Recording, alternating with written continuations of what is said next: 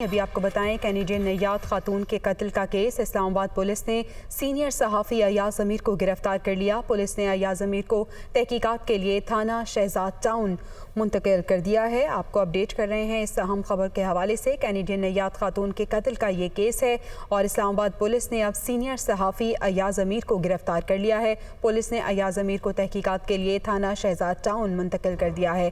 इसी पे बात करेंगे, कमरुल मुनव्वर हमारे साथ मौजूद है। कमर, बताएगा।